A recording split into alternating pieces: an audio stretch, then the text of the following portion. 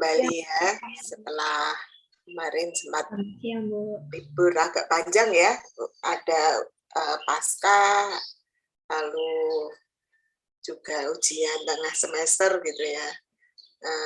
Hari ini saya akan masuk ke bab yang baru mengenai akuntansi sewa atau accounting policies.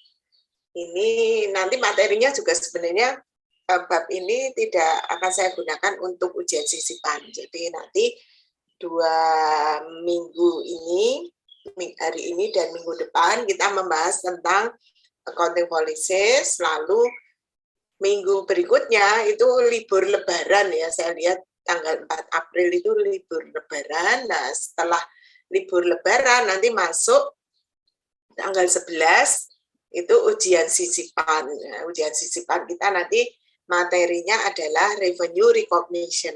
Yang itu sudah kita bahas di sebelum MIT gitu ya. Nah, karena setelah MIT ini jaraknya pendek ya, artinya pertemuannya itu hanya 6 pertemuan, maka kemudian untuk yang 2 pertemuan ini akan kita gunakan untuk membahas mengenai accounting policies, kemudian ujian sisipan, lalu sisa terakhir akan kita gunakan untuk membahas 2 bab tentang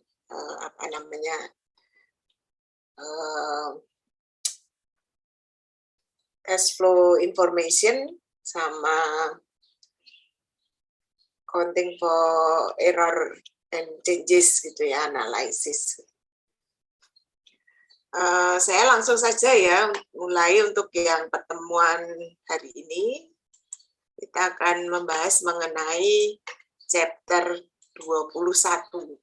Nah, chapter 21 ini ada 4 bagian yang akan kita bahas nanti. 1 dan 2 itu untuk 1, 2, 3 ya ini sebenarnya ya. 1, 2, 3 itu kita bahas, 1, 2 ya. 1, 2 itu kita bahas hari ini dan 3, 4 kita bahas minggu depan. Yang pertama ini nanti kita akan menjelaskan terkait dengan lingkungan yang berkaitan dengan transaksi leasing itu seperti apa gitu ya. Nah ini memang yang sekarang marak terjadi ya, bahwa orang itu kemudian tidak, atau perusahaan itu cenderung untuk melakukan transaksi sewa dibandingkan dia membeli aset sendiri. Garuda misalnya, dia tidak punya aset tetap, jadi dia hanya menyewa pesawat dalam jangka waktu tertentu gitu.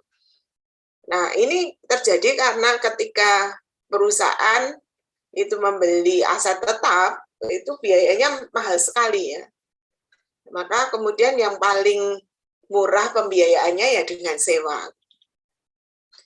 Membeli kendaraan saja sebenarnya kalau kita bicara mengenai itu pembelian kredit gitu ya, itu sebenarnya bisa juga kita katakan itu sebuah leasing gitu ya. Jadi di awal kita hanya membayar uang muka, kemudian kita mencicil, dan BPKB, STNK, kalau STNK diberikan ya, BPKB-nya tidak diberikan sampai nanti masa pembayaran itu selesai baru diberikan. Itu juga dalam seperti bentuk sewa juga, nanti ada perjanjian bahwa nanti ketika pembayaran itu sudah selesai, lalu barang itu menjadi milik dia. Nah, memang pembiayaan itu lebih mahal gitu ya, karena lalu pasti ada bunga, karena artinya kan ini seperti kita berhutang gitu ya, maka kemudian ada bunga.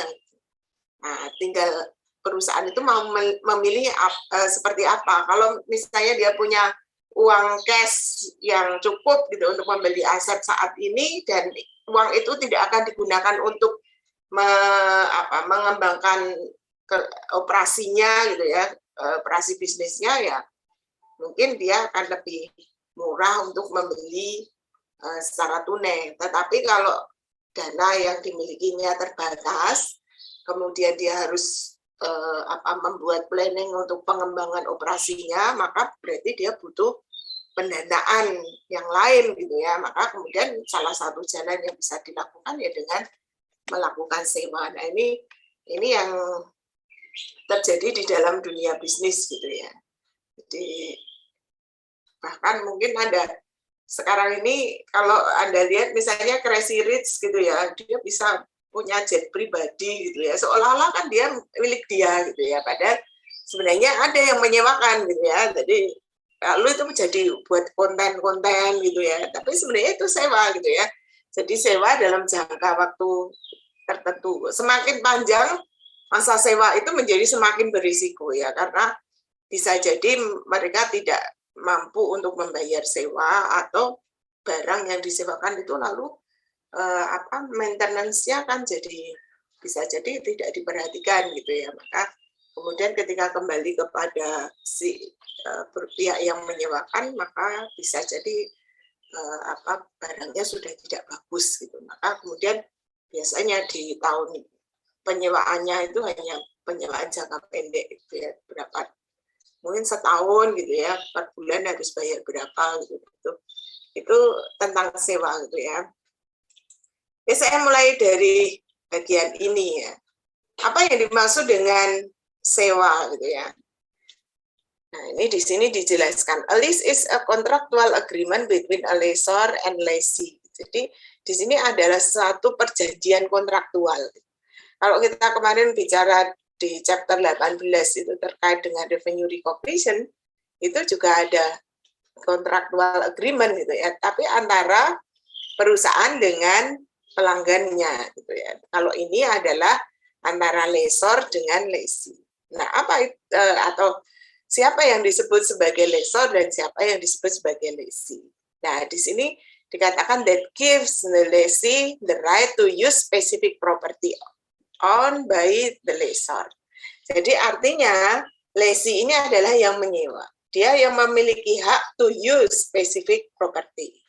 Jadi dia yang punya hak untuk menggunakan properti tertentu yang ada di dalam kontrak tersebut. Owned by the lessor. Jadi propertinya itu miliknya si lessor gitu ya. Jadi berarti lessor itu sebagai pihak yang menyewakan, lessee adalah pihak yang menyewa. For a specific period of time. Jadi tidak selamanya ya, pasti ada periode waktu sewanya. Nah, ini ada beberapa bentuk peralatan yang biasanya disewakan gitu ya. Ini misalnya information technology equipment, peralatan untuk teknologi informasi. Itu juga bisa disewakan gitu. Jadi perusahaan tidak perlu membeli gitu. Misalnya peralatan komputer itu tidak perlu membeli gitu ya. Jadi cukup dengan menyewa gitu. Kenapa mereka cenderung melakukan sewa dibandingkan membeli? Karena bisa jadi komputer itu lebih cepat usang gitu ya. Jadi kalau membeli itu nanti belum manfaatnya itu masih sedikit, tetapi sudah ketinggalan zaman gitu ya. Maka lebih murah kalau kita melakukan dalam bentuk sewa. Atau transportation gitu ya. Misalnya perusahaan ekspedisi, JNT gitu ya. Nah, itu bisa jadi dia tidak punya alat atau armada sendiri gitu ya. Dia menyewa gitu ya. Nah, ini bahkan ada sekarang ini seperti model bisnis misalnya kerjasama gitu, yang punya kendaraan kemudian itu bisa yang punya kendaraan itu bisa menjadi partner gitu ya bagi perusahaan logistik dan transportation gitu ya. Kemudian yang punya kendaraan itu nanti akan dapat pembayaran sewa dan juga fee gitu ya untuk jasa transportasinya. Jadi misalnya GNT itu cuma mempunyai brand gitu ya, lalu orang itu kemudian hanya datang untuk menitipkan barang gitu ya, tapi kemudian GNT itu kerjasama dengan perusahaan-perusahaan transportasi gitu ya, ada kontainer-kontainer itu, jadi itu bukan miliknya GNT gitu ya, jadi perusahaan transportasi alat berat itu juga bisa melakukan kerjasama. Sekarang itu bisa ada kerjasama bisnis. Gojek itu misalnya kan, Gojek itu hanya menyediakan software gitu ya, tapi alat-alatnya kan bukan punyanya Gojek gitu ya. Jadi ya miliknya partnernya Gojek itu ya, bapak-bapak atau ibu-ibu yang tiap hari mondar-mandir gitu ya di sekitar kita itu mengantar penumpang atau mengantar makanan. Sebenarnya itu kan bukan miliknya perusahaan Gojek. Jadi model bisnis ini semakin lama semakin berkembang ya, karena kemudian risknya itu atau resikonya itu bisa di-share ke banyak orang. Jadi itu tidak hanya menjadi tanggung jawab dari perusahaan itu sendiri, tapi kemudian itu bisa di-share. Misalnya Gojek itu kan nggak punya aset gitu. Jadi ya kalau ada masalah rusak mesinnya atau maaf mungkin ada kecelakaan di jalan gitu ya, itu kan tidak ada tanggungan dari perusahaan Gojeknya ya. Maka lalu itu mengurangi resiko dari perusahaan transportasi itu. Kalau dulu misalnya Bluebird gitu ya, itu kan punya alat sendiri, alat transportasi sendiri. Nah itu biaya mahal gitu ya. Untuk mulai bisnis saja dia harus atau dia butuh dana yang besar untuk membeli kendaraan itu ya, mobil-mobil itu. Tetapi kalau Gojek tidak gitu ya, maka kemudian ya ketika itu muncul fenomena itu muncul kan dulu Bluebird itu yang paling keras menentang adanya ojek online. Tetapi karena dia tidak bisa, ya itu kan mau tidak mau harus diterima gitu. Lalu akhirnya kerjasama gitu ya, Gojek dengan Bluebird. Bluebird yang punya transportasinya, Gojek yang punya softwarenya untuk mencarikan penumpang ya. Jadi software itu adalah software di mana yang mengakses adalah penumpang dan yang menyediakan alat transportasi gitu ya. Nah, Bluebird punya alat transportasi. Nah, ini salah satu bentuk bisnis tertentu, tapi sebenarnya itu bukan leasing gitu ya, karena mereka kerjasama bersama. Kalau leasing itu ya kita pinjam gitu ya, pinjam kita pakai gitu ya dalam jangka waktu tertentu. Nanti kalau jangka waktu sewa sudah selesai ya dikembalikan gitu. Jadi artinya itu ada perpindahan ya. Ini ada right to use gitu, ada hak untuk menggunakan peralatan tersebut. Nah, lessor itu enggak ada kaitannya, jadi artinya dia hanya menyewakan saja, nanti kalau masa sewanya sudah selesai ya dikembalikan lagi gitu.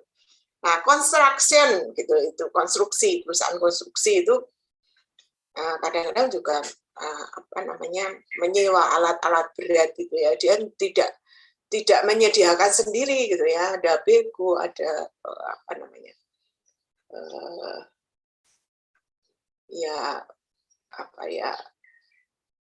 peralatan berat untuk konstruksi itu bisa jadi bukan punyanya perusahaan konstruksi. Agriculture ini sekarang juga sedang marak gitu ya.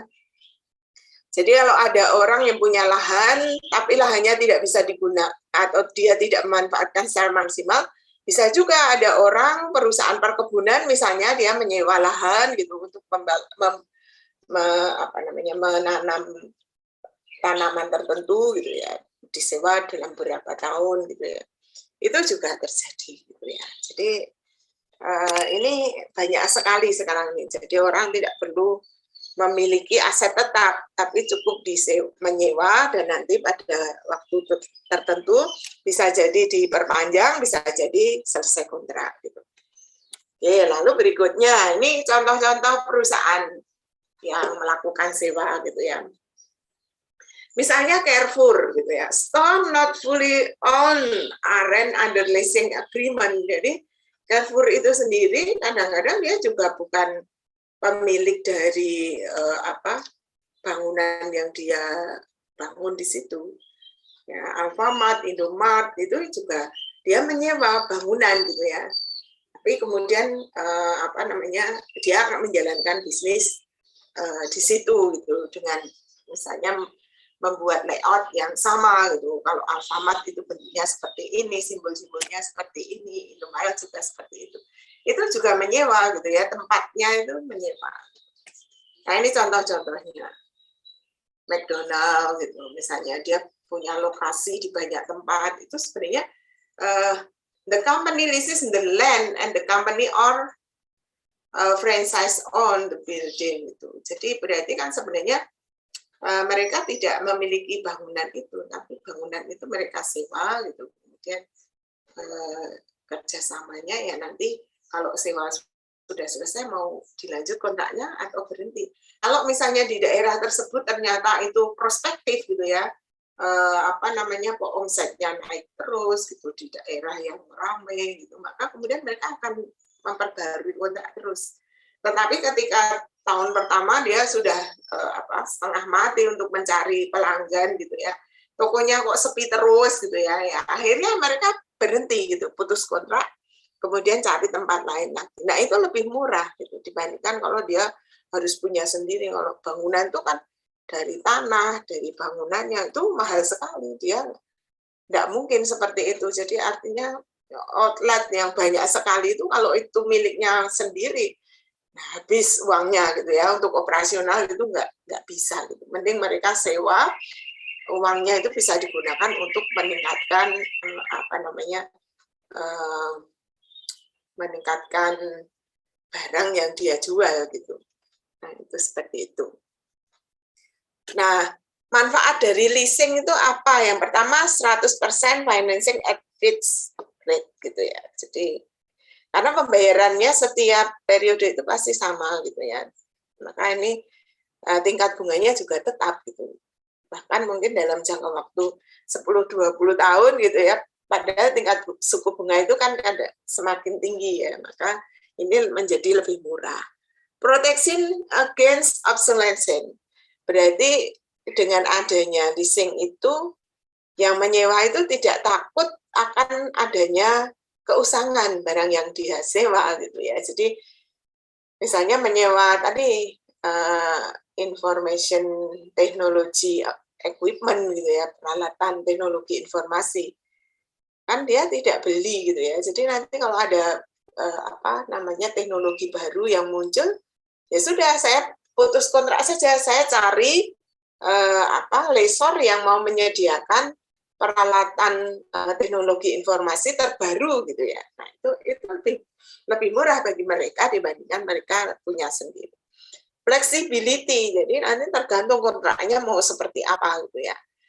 Entah itu nanti di akhir sewa barangnya mau dibeli, ataukah nanti pembayarannya akan dilakukan di awal periode atau akhir periode. Nah itu tergantung kontraknya.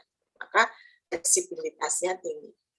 Less costly financing, karena tadi ya 100% financing at fixed rate ya, maka ini dianggap memang lebih sedikit atau lebih murah pendanaannya. Nah, kemudian di sini, ini adalah kita lihat pada lessor gitu ya. Kalau tadi lessee gitu ya. Ini ada beberapa macam bentuk lessor gitu ya. Ada yang disebut sebagai bank gitu. FIF itu sebenarnya juga kita bisa mengatakan itu yang di sini captive leasing gitu ya. Kalau bank itu ya misalnya jadi bank itu yang punya peralatan, kemudian peralatannya itu disewakan. Nah itu kan sama seperti dia kredit gitu ya. Nah itu bank nanti yang menjadi lessor. Nah ini pangsa pasarnya besar gitu ya. Kalau lessornya itu dalam bentuk bank. Ini ada 55%. Lalu ada captive leasing company, perusahaan leasing yang kemudian memiliki pangsa pasar tertentu gitu. Misalnya contohnya BMW Financial Services. Jadi dia itu ya memberikan pendanaan untuk pelanggan yang membeli BMW gitu ya. Jadi ini salah satu bentuk kerjasama gitu dengan perusahaan transportasi. Di Indonesia misalnya FIF gitu ya dengan Astra gitu ya. Astra itu kan perusahaan otomotif. Dia akan bisa mempercepat penjualannya kalau ada yang mau nanggung dulu untuk beli kendaraan tersebut gitu ya. Astra kan punya FIF. Jadi kalau kita beli motor gitu ya, kredit gitu, kita bayarnya nggak ke Astra, bayarnya ke FIF. Karena FIF itu yang membelikan kendaraan ke Astra, lalu yang kita sebagai pembeli kredit itu nanti mengangsurnya ke FIF. Itu kan juga financial services. Ya, ini captive leasing company itu saya kira mungkin kalau buku ini buku yang sudah ini kan buku tahun 2019-an ya, mungkin sekarang ini sudah menjadi lebih besar gitu ya pangsanya. Ini di sini 31%. Nah, yang lain itu bentuknya independen. Jadi memang ini perusahaan leasing murni gitu ya. Dia beli barang gitu kan. Kemudian barang itu disewakan gitu ya. Itu independen. 14% pangsa pasarnya. Nah, ini lessor. Jadi lessor itu bisa dalam bentuk bank gitu, bisa captive leasing company, perusahaan-perusahaan jasa finansial gitu ya. Ada yang kita tahu FIF, kemudian Columbia gitu ya, itu kan sebenarnya itu juga financial services. Kemudian di sini advantage keuntungan dari lessor gitu ya. Ini profitable interest margin, dapat bunga ya yang profitable gitu. Jadi dia mendapatkan keuntungan ya dari bunga itu. It can stimulate sales of lessor product gitu. Sama seperti tadi FIF gitu. Kalau orang mau beli motor dengan tunai itu kan butuh dana besar, tetapi kemudian dijembatani oleh FIF yang dia akan membelikan tapi nanti bayar kredit ke FIF. Maka ini stimulate sales gitu ya, jadi bisa mendongkrak penjualan. It often provides tax benefit to various party in the list. Jadi ya ini karena kemudian ada pengurangan pajak ya, karena kita kan kemudian membayar biaya gitu ya, ada biaya. Gitu. Tapi kalau kita beli aset itu kan nanti tidak ada biaya yang berkurang gitu ya. Kita kan lalu ini kan investasi. Jadi kalau beli kendaraan gitu ya debitnya kendaraan, kreditnya cash. Maka nggak ada itu pengurangan pajak gitu. Tapi kalau kita membayar sewa, biaya sewa itu bisa dikurangkan dari penghasilan perusahaan. Jadi itu dianggap sebagai biaya, maka itu bisa mengurangi pajak. Gitu ya. Meskipun sebenarnya kalau sewa, kalau punya aset itu juga dia bisa mengurangi depresiasi ya. Tapi kalau aset sewa yang capital itu juga sebenarnya itu juga mengurangi depresiasi. It can provide a high residual value to the lessor. Ya, jadi ketika masa sewa berakhir, nilai dari aset yang disewakan itu kadang nilai sisanya lebih tinggi gitu ya. Jadi ini lebih menguntungkan. Jadi kalau kita punya kendaraan kita sewakan gitu ya, kita hitung penghasilan dari sewa itu berapa, nanti itu kalau kita simpan kemudian kita gunakan untuk membeli barang yang baru itu masih sisa gitu ya, masih bisa digunakan untuk membeli barang yang baru. Nah sekarang ini terkait dengan sewa ya, ini kapitalisasi sewa. Yang pertama, tidak mengkapitalisasi aset yang disewakan, mengkapitalisasi aset yang seperti dengan pembelian angsuran.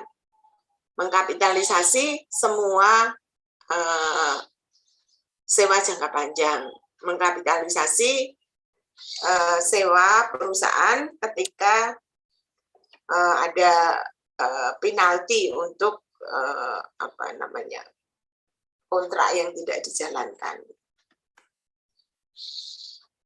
Nah, kalau IASB itu menyatakan bahwa sewa itu harus lesi gitu ya. Lesi itu harus mengkapitalisasi semua sewa. Kecuali kalau sewa itu dilakukan kurang dari 1 tahun. Jadi kalau sewanya kurang dari 1 tahun, itu dianggap masih miliknya si lessor. Maka yang mengkapitalisasi itu adalah lessor. Tapi kalau sewanya lebih dari 1 tahun, maka lesi itu bisa mengkapitalisasi sewanya. Artinya alat atau barang yang disewa itu bisa diakui sebagai aset perusahaan, ya. Jadi aset yang disewa. Lesi, list of property with a value less than 5,000 dolar, gitu ya. Jadi kalau nilai sewanya itu kurang dari 5.000 dolar, maka itu tidak perlu dikapitalisasi. Right to use property, hak untuk menggunakan properti berdasarkan sewa itu adalah aset atau dan kewajiban lesi untuk membuat pembayaran. Itu sebagai suatu kewajiban.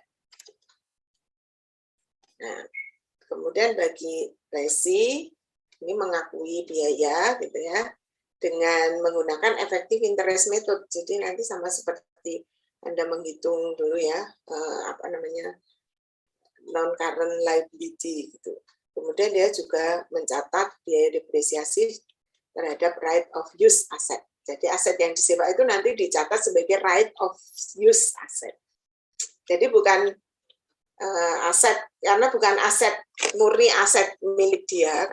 Ini kan karena aset dari sewa, maka untuk membedakan dengan aset yang murni miliknya, maka kemudian dicatat dengan menggunakan akun yang namanya right of use asset. This accounting finance list itu diterapkan apakah sewa itu efektif atau tidak, ada pembelian terhadap aset, atau ketika lesi itu hanya mengendalikan penggunaan dari aset tersebut. Jangka waktu sewa adalah tetap, ini syarat sewa ya, tetap, tidak dapat dibatalkan. Kemudian mungkin ada ada syarat juga yang mengatakan bahwa ada opsi untuk membeli dengan harga yang murah atau opsi untuk mendapatkan aset yang lebih baru, gitu ya. Ini nanti di dalam kontrak sewa tersebut. Nah, ini contohnya ini. Carrefour itu menyewa pada Lenovo PC. Ya, 2 tahun masa sewanya, per bulannya 100. Kemudian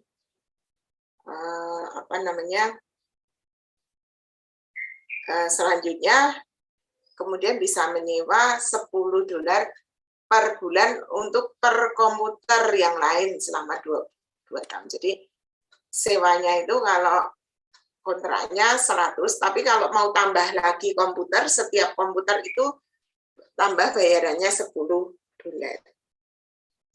The list clearly offer a bargain renewal option. Jadi di sini ada opsi untuk memperbarui aset dan mendapatkan atau bisa membeli dengan harga murah. Sewa ini dipertimbangkan selama 4 tahun. Ya, selama 4 tahun.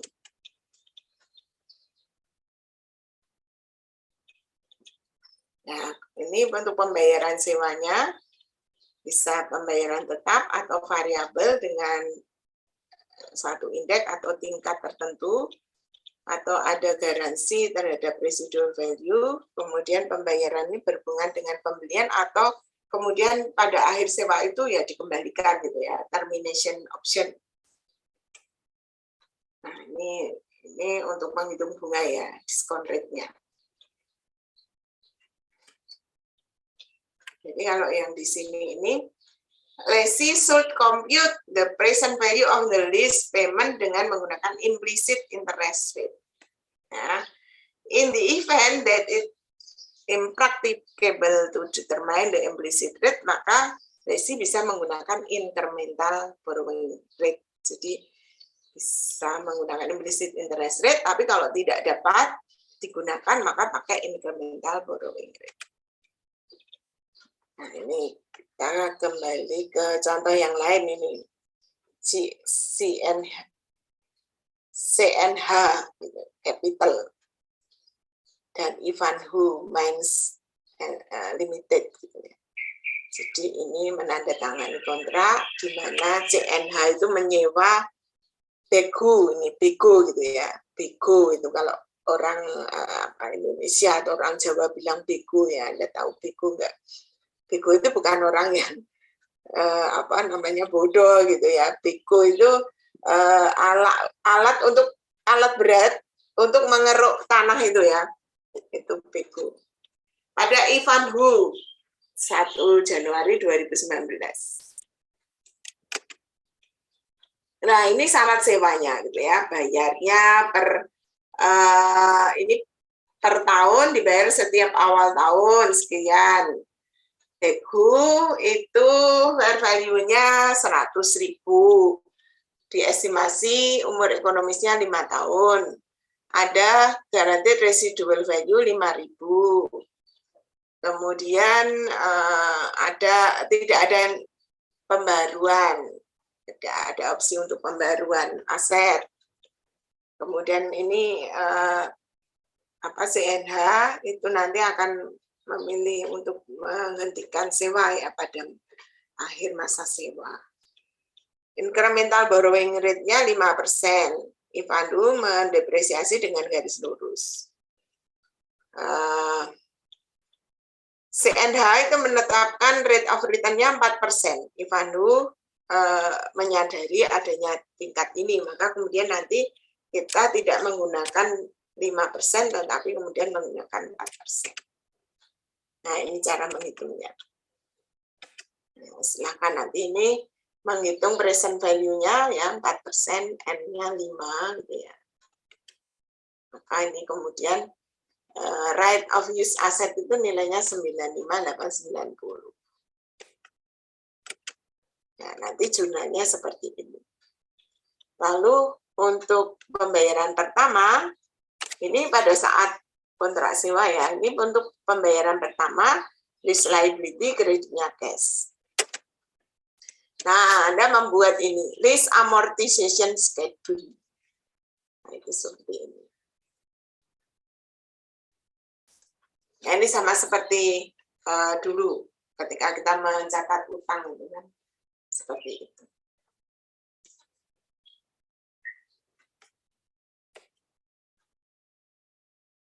Itu kemudian ini mencatat bunga ya 31 Desember tahun 2019. Itu berarti di sini. Ini kan pembayaran yang kedua ini. Oh, ini pada saat pembuatan laporan keuangan ya, pembayarannya kan setiap tanggal 1 Januari. 31 Desember melakukan penyesuaian bunga, maka mencatat accrued interest. Ini. Lalu mencatat depresiasi. Depresiasinya kan garis lurus ya, maka tadi right of use asset itu dibagi 5. Oke, lalu yang di sini ini nanti di neracanya. Ya, ini non current asset saat ini, lalu current liability-nya utang bunga dan utang pembayaran sewa. Lalu non current liability-nya tinggal 57475. Ya.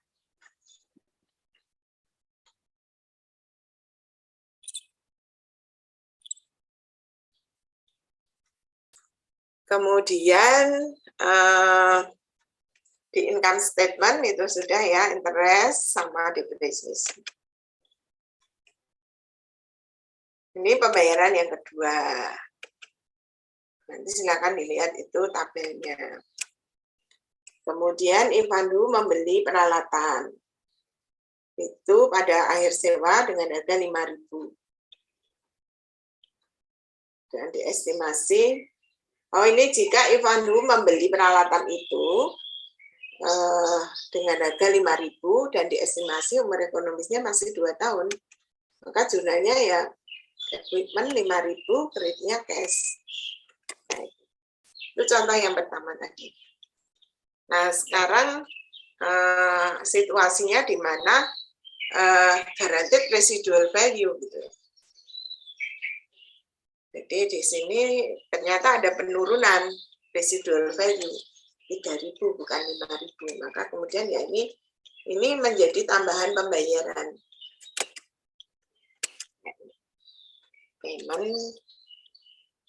Paymentnya kan jadi 27. Itu tadi ya depan.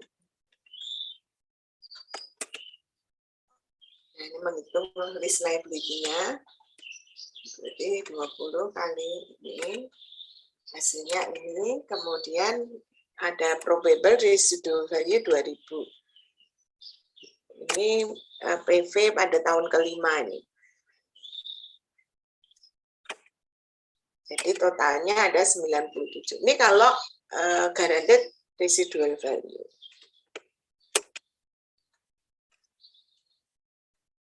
Mungkin ada pertanyaan dulu sebelum saya lanjut. Ada pertanyaan tidak?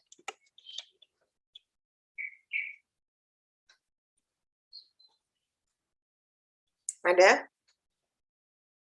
Belum? Oke.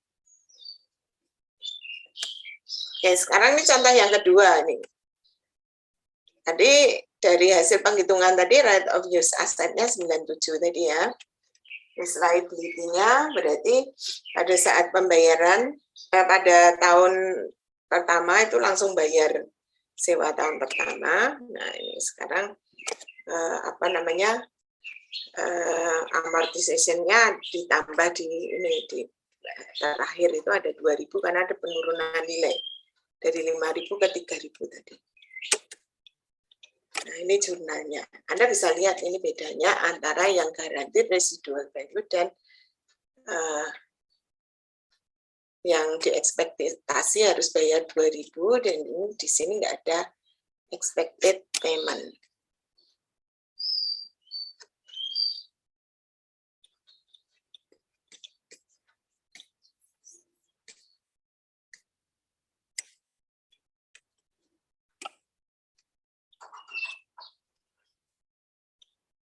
Nah, ini sekarang kalau pada saat akhir sewa ada rugi tadi ya, skenario-nya ada rugi, maka berarti loss on lease yes, 3.000. Kalau tidak ada rugi ya sudah, berarti loss on lease-nya 5.000.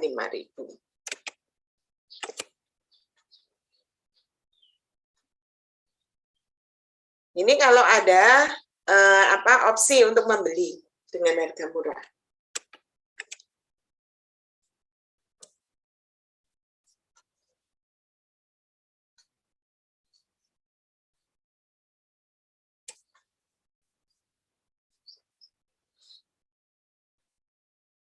Ini sama ya, ini sebenarnya soalnya sama.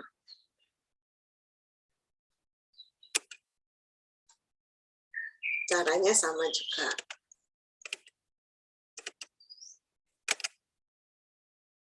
Ya, mungkin kalau supaya lebih ini ya daripada ini kan sudah sampai ke lesor ya. Lesor nanti kita bahas di minggu berikutnya. Nah, ini supaya Anda tidak hanya melihat coba nanti dikerjakan ya. Ini saya kira saya akhiri dulu ya. Nanti silahkan dikerjakan soal yang sudah ada di situ di di LMS. Itu sudah saya berikan soalnya, Anda coba dikerjakan. Nanti ini saya buka dulu karena tadi saya buat jam.